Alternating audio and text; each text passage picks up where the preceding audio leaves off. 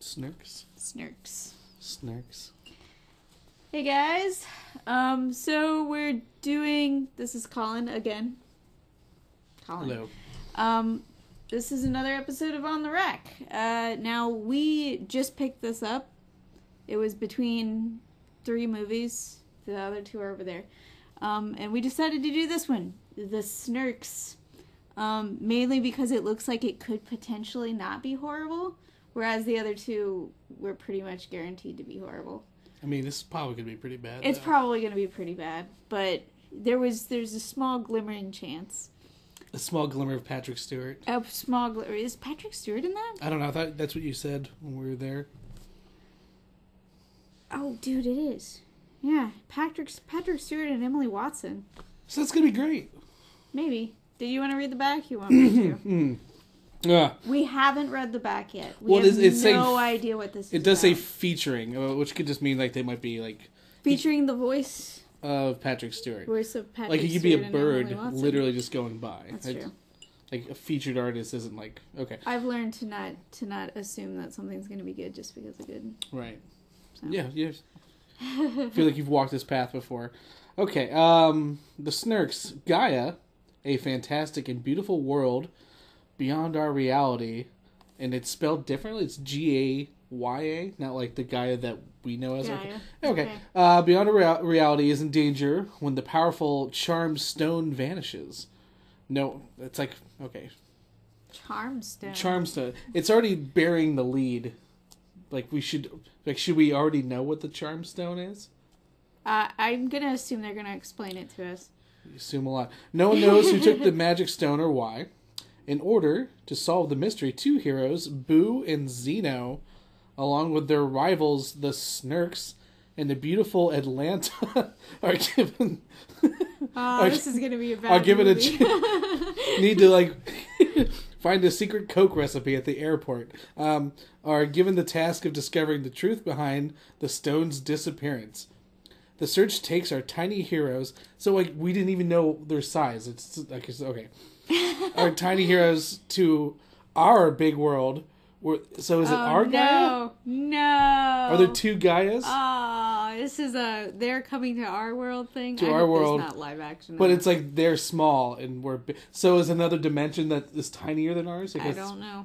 And where they only have one night to find the stone and save their endangered world of Gaia. I feel like there's 8 plots already happening on the box alone. That's usually a good sign, right? The more plots. I really hope there's not a scene of needless exposition or just drawn out. Okay. So it's 88 minutes, so that's... You know what? Keeping it cool, keeping it tight, keeping it right. I have no idea. Oh, it's rated PG for scary action and some mild language. Okay. It's probably all Patrick Stewart and innuendos with Patrick Stewart. I've seen bad movies with Patrick Stewart in them. That's not true. The one Wizard of Oz animated movie that came out a little while back had sure Patrick it's great. Stewart. It's horrible. It's okay. It's really bad. It's really, really bad. It would be a good candidate for On the Rack, but I've already reviewed it, so... Okay. How is your coffee cup? Here is the if I can get an angle where it's not... There's the cover right there. Snurks? Yeah, the Snurks. So the Snurks are the bad guys according to the back? I guess. I don't know. Okay, so which one... Okay, who do you think is Boo and who do you think is Zeno? Like, without any... They all look like the same species. Everyone, yeah, and their rivals, the Snurks. Like, are the Snurks like 2 people on here, or are they? They're bigger, so maybe this is Boo and Zeno. I mean, I don't know. Or do you think this is Boo? They look more average, so maybe these 2, the 2 average-looking, like almost teenage people in the back, are Boo and Zeno. I hope there's so much teenage stuff in here. That's like my hope. This looks like, I don't know, when was this made? This looks along the 2004. So that's actually a while ago. Yeah. Oh, this is going to be bad. Yeah, it is. It's going to be pretty bad. It reminds me of... I can't believe like, no one's Epic talking about the Snurks. of like Epic or strange magic in terms of like the sort of hyper realistic graphics and stuff. Well, you ready to watch it? Oh yeah. All right, we're gonna watch it, and then we'll be back to sing its praises, or more likely, not. Yeah.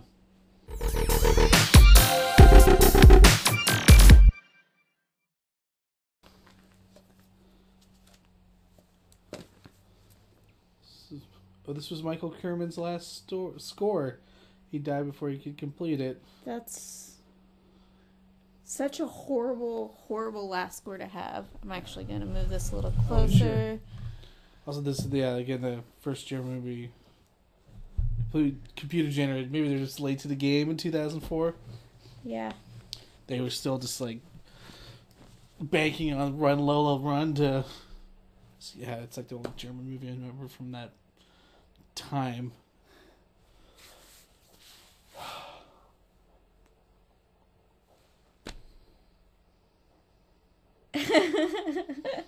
Glasses steamed up.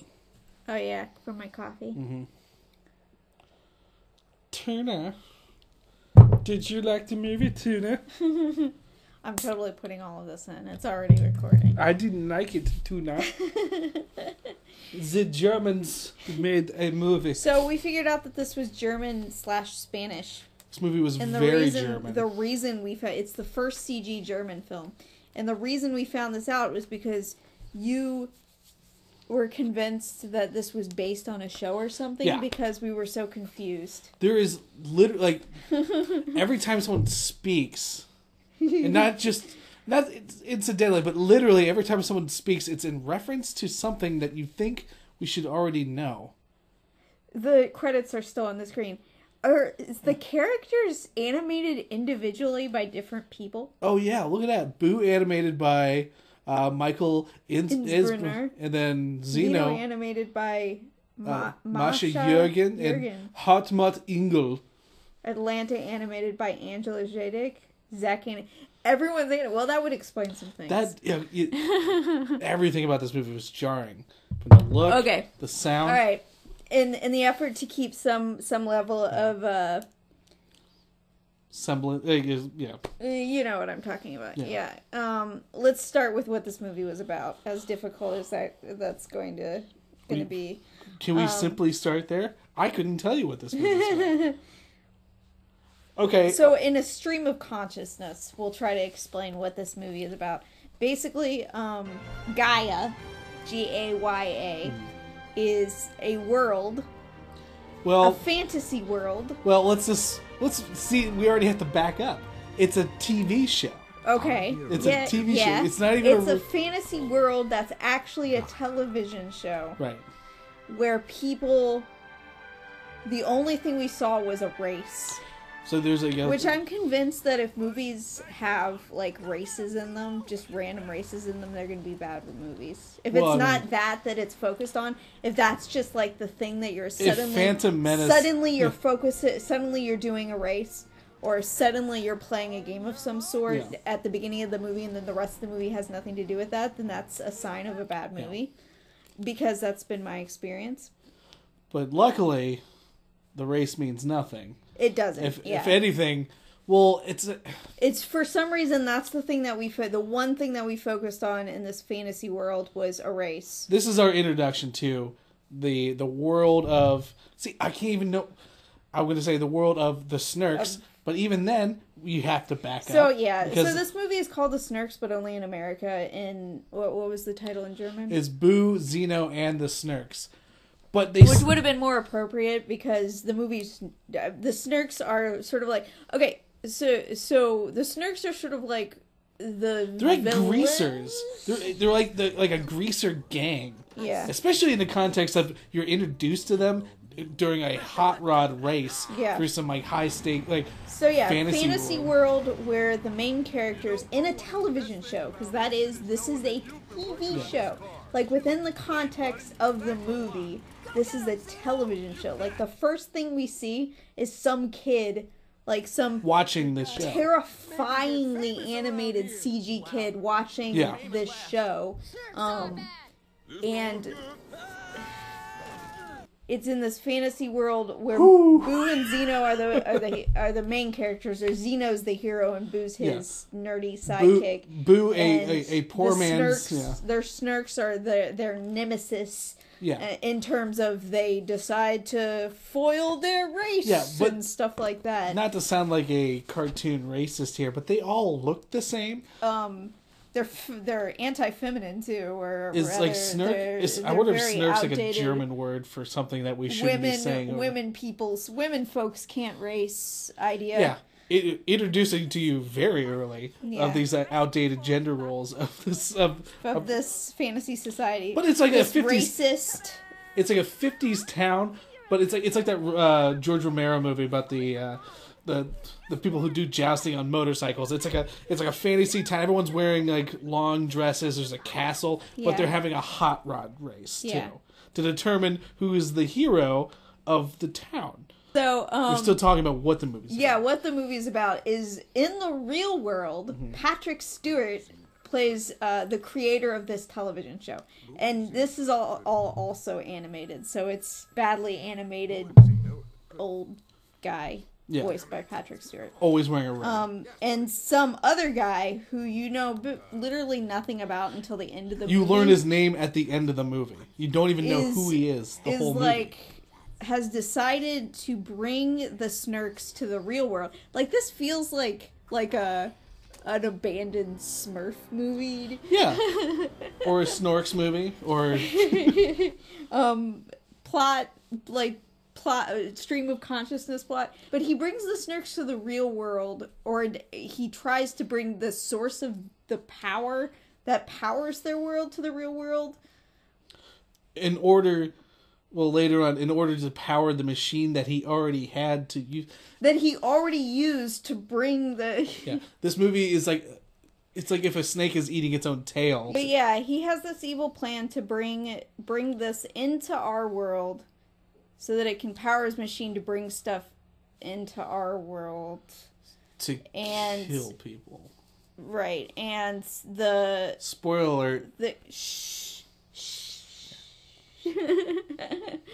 And the Snurks and our heroes get pulled into our world and are trying to get it back.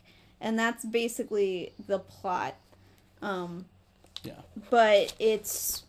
On top of that, they're injecting plot every 10 minutes into the movie. Yeah. There's something new is coming up.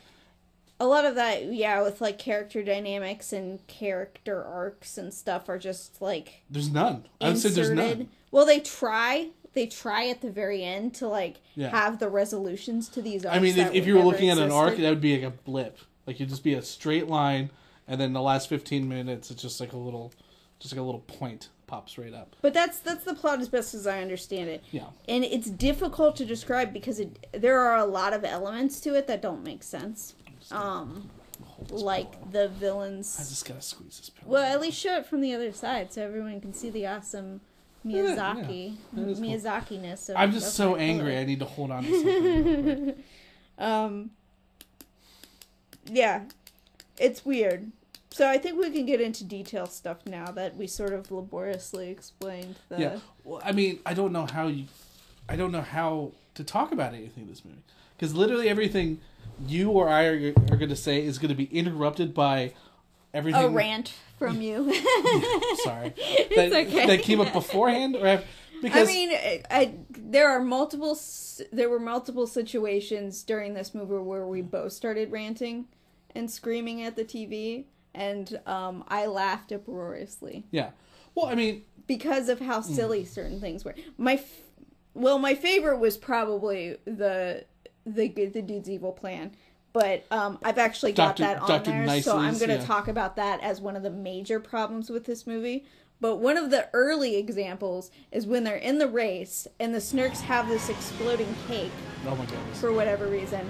And then he gives it to the dumb Zeno, who's like the dumb hero type, and Zeno's like an idiot, so he's like, oh, I didn't know it's not my birthday. I have to make a wish and all of that stuff. And the Boo, the smart guy, he then hands it to him, who somehow didn't see the exchange to begin with, and is like, oh, cartoonishly holy shit. And then on this moving car with all of this scenery all around where he could just toss this bomb, he puts it in the gas canister of the car to get rid of it.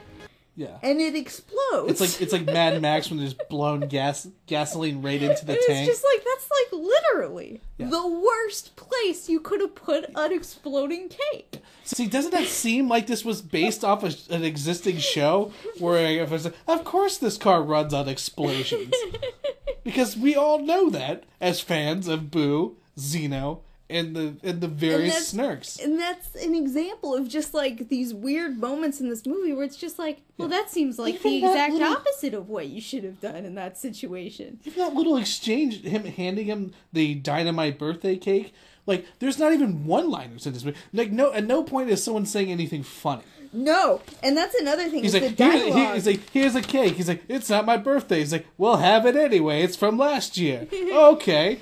That's it. The dialogue are like, that is like literally the exchange that they had. That is the writing, and like some of the writing is like a lot of it's just people either repeating what other people have said, like one word from what people have said, or saying something like that's like, why did you just say that? Yeah. Why did or you they're say referencing something in their world in Gaia that we think we should know, but we have no idea. Oh yeah, this is like, oh, I would really want a something, or these taste like a one-eyed something or other, and it's like, we don't know what that is. I remember X on that Y, with the Z's. And that's like 50% of the dialogue was just like, could you repeat what you just said? I mean, I heard the words, but I literally could not decipher them because I don't know what the goddamn hell you're saying. It's like, I can't. I don't want to be this hard on it.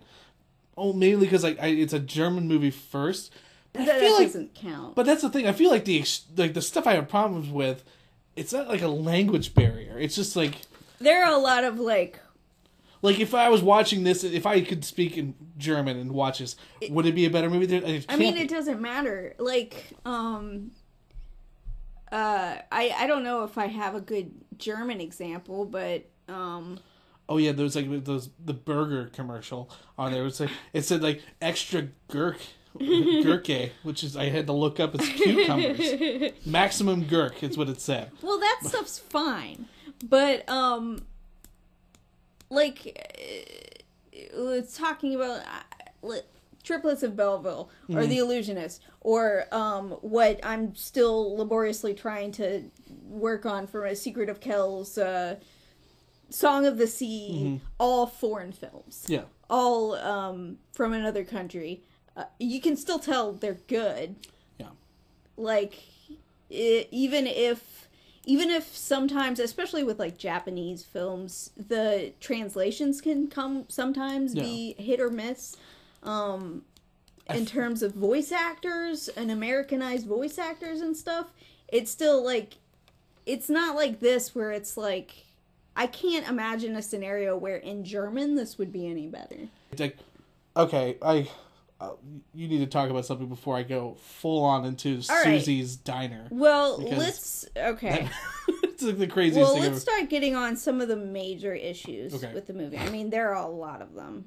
Like, I don't know how many. We're just going to start listing them off. I have 3 sort of broad ones. Okay. But, what specifically about Susie's Diner bothered you? It's just like, as far as like, like I said, it was injecting plot.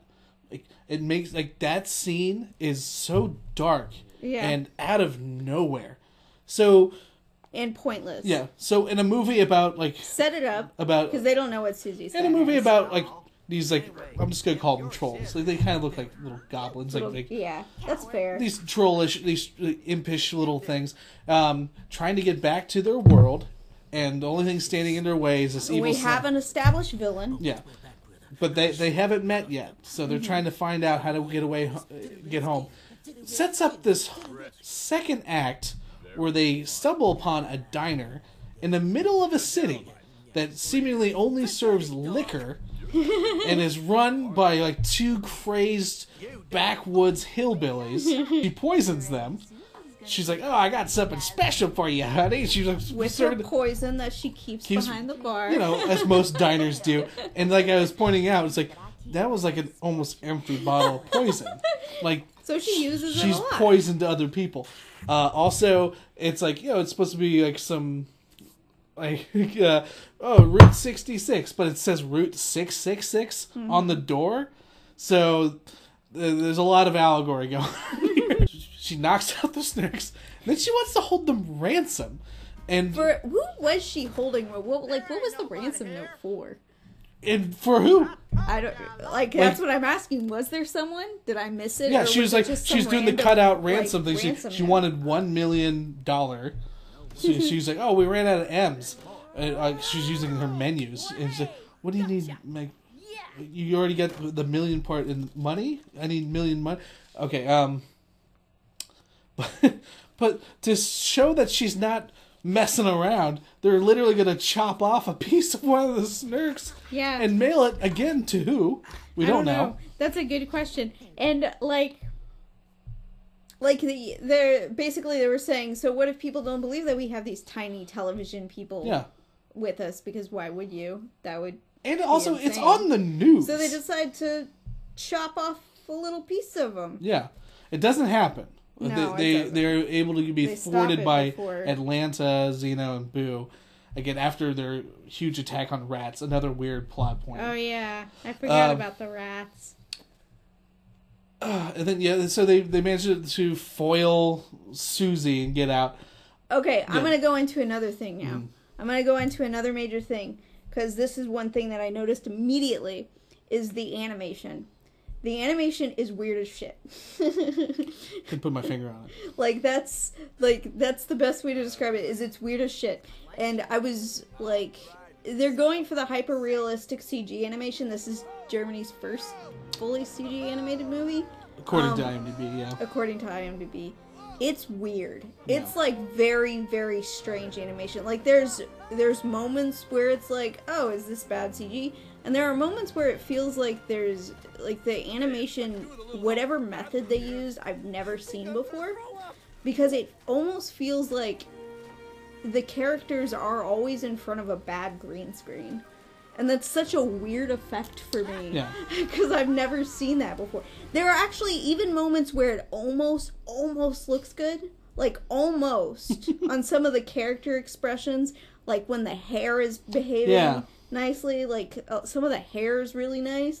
And then it's just strange. And right at the beginning, when we're at Gaia, and, like, we're looking at the big pan out of the, like, crowd and stuff, I couldn't tell if my TV was fucked up or if it was the animation, but it looked like it was grainy, really grainy. And I still don't know if that's just the way the animation was or not. Like, movement was bad. A lot of the character movement was really bad, especially when they're in action scenes where they're just sort of like... Anytime someone's running. Yeah, stuff like that. It almost looked like it was slow motion, not really. It was weird. Like, the animation was super weird. It's like a lot... I kept getting like a soft, like, rotoscoping feel from it, but not full... Like, it kind of reminded me a little bit of, like, Monster House, or like a very light... early stakes, like Beowulf, like motion capture. Yeah, like, you know. And I actually, at the very beginning, I was like wondering, is this motion capture? But then when it went on to some of the other animation, like especially with the character movement, it's so bad that it's like it can't be. Like, it can't be motion capture, because you have moments like when Atlanta was fighting the rats and she's like spinning around, and it's just like, this is like terrible. this is like horribly animated. So yeah, I don't know. I couldn't really, like, the whole time it was sort of like I was going back and forth between these moments of sort of like, hey, you know, some of the clothes looks kind of good, and like some of the hair is weirdly good, and sometimes the characters' expressions are pretty good. And then you have moments where that kid's looking at the Snurks and you're like, holy shit. Oh, dude, when that kid's head pops out behind the couch, legit nightmare fuel. But yeah, that was one of the big things for me, was the animation. It wasn't just bad, it was weird. Well, we already talked a little bit about the dialogue, because that was one of the major things where... I felt like there's so much room for just like a quick punch up. They literally should have just given the script... Even a bad one. Yeah. At least I looked at, like, 9 people wrote this movie. There's like 9 writing credits. Not a single funny line in this movie. No. Guess what? The kind of overweight guy, he's always hungry. The dumb blonde guy, he's always dumb and blonde. It's like there's nothing even like remotely ironic about it. It's just very... No, it's pretty bad. Yeah. The female character is strong female character doing female strong Watch things. Watch out, boys. I'm kicking rats in a semicircle. And then a second later, freaking out about one rat coming up on a boat and asking but then I don't the know man what for to help. do. Yeah, I don't... we're watching a cartoon of people watching a cartoon, watching a kid's show. And then someone like takes actual cartoon characters from the kids show, throws them into real world, as if that was like, but their cartoon world's still going on, even though you have the writer and it's kind of like if you have like Who Framed Roger Rabbit and like they created somebody, you now coexist with that cartoon in that real world. Yeah, let's talk about that. Let's talk about that real quick. Is you this mean sort what- of existential, like this random existential where this movie becomes a meditation on free will. Yeah. Literally. Yeah, let's talk about that. After the diner scene where we got the hillbillies and the rat fighting scene and all of that, they visit their creator and we have this weird existential like crisis. Yeah. In an 88-minute movie, we're now at 8-minute like 60. Yeah, where they're finding out that they're not actually real and they never had free will until this moment. Where the actual plot kicks into the movie. And you're free to do this. I died a little bit inside when one of the main characters asked, "What's free will?" Oh yeah, I lost it. Because at this point, it's just sort of like, dude, movie. What is this movie? Yeah, you're not.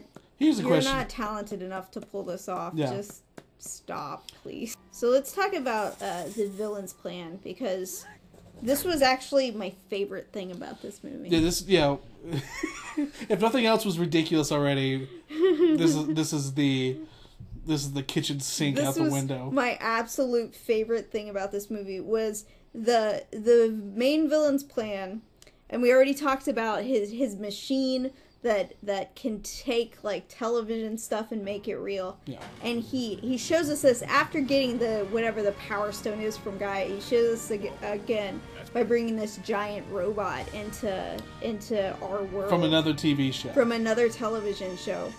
But his main plan is, and first of all, like you said, when we find out who he is, he's like evil, boring Bill Nye, who had a science television show and is seeking revenge from the viewers because they decided that they didn't like his show and they wanted to watch the Snurks instead. Yeah. That is his motivation. But his plan is to take the lava from a news show and bring it into our world. Yeah, to funnel lava. He literally wants to take he's basically invented something that can make anything from television real, and he's choosing the channel that is broadcasting from a real volcano in our world to bring the lava into our world. It's like if like when Willy Wonka wants to like make a chocolate bar come to your house and eat it. It's just like if Willy Wonka was like, "Fuck you." Yeah, here's a little lava pouring into your house. And TV it's my favorite because it's like, well, what? There are so many ways to do this. There are so many things you could have thought of, and you basically just go on this news channel. It's like he didn't even try. It's like all right, have something kill it, like lava or something, but just, not just lava. That's just like a placeholder, and it's like, I'm actually okay with lava. Let's let that be the one thing. If I had a machine that could bring something from television into reality, and I was evil, I would pick something like completely like that no one's seen before outside of television. No, I think the lava would be pretty good. No, man. I mean, you tell me if lava was pouring from your TV right now. Well, but you can go and get lava. Yeah. Here's the thing: it was like, but the plan hinges. He's just like angry at people for not watching his show. Right, but I mean, does that mean like there was only 2 shows? Dude, just pick up a horror movie or something. Broadcast a horror movie where you got like, I don't know, like Lovecraftian devils pouring through people's television sets. Don't just like, I'm going to take this magic thing that brings television to life and I'm going to bring something that is already in our world to life in our world.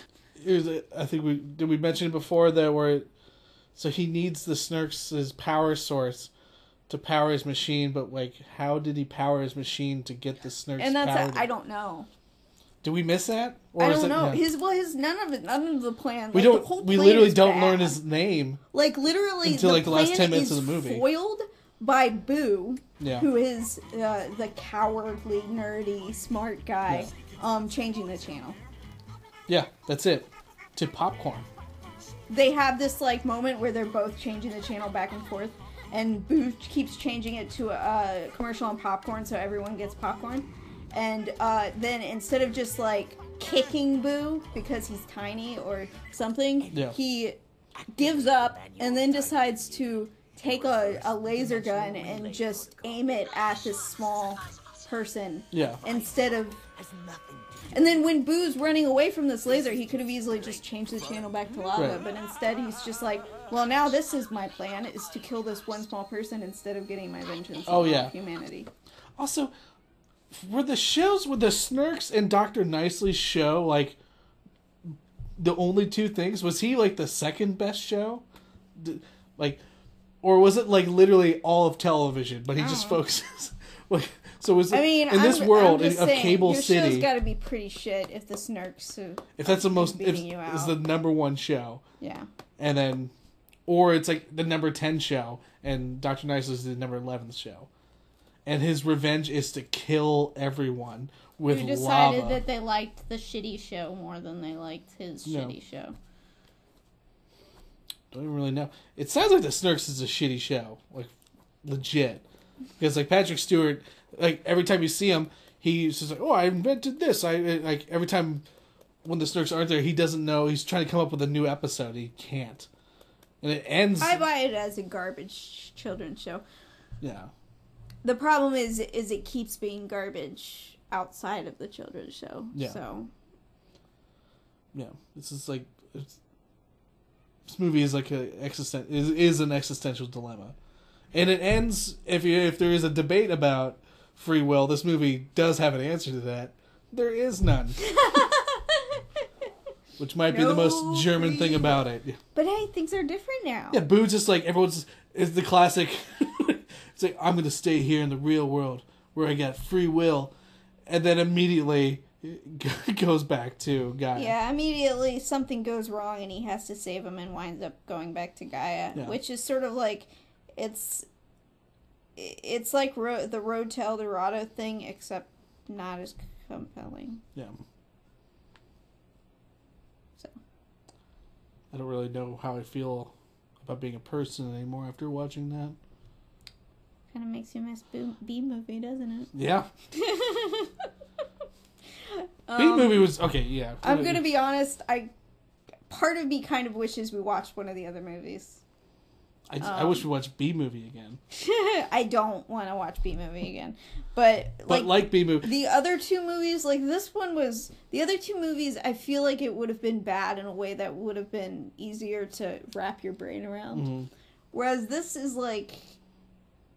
It's such a jumble of bad and confusing that it's one of those movies, like, I don't even know it. This movie, it feels like William Burroughs wrote it. Like, there was a script and then they cut out a whole bunch of it, and then what was left was just mixed up together to write. This is like the Naked Lunch of kids' movies. I mean, it feels familiar. I've watched enough movies like this.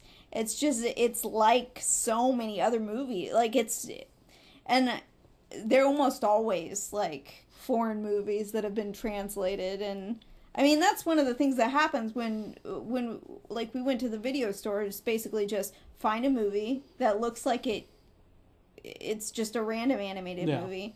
Certain movies are too easy. You can't do, like, the Barbie movie or anything like that. It's too easy. And we found this one. It was like, this is one of those ones where it might be okay.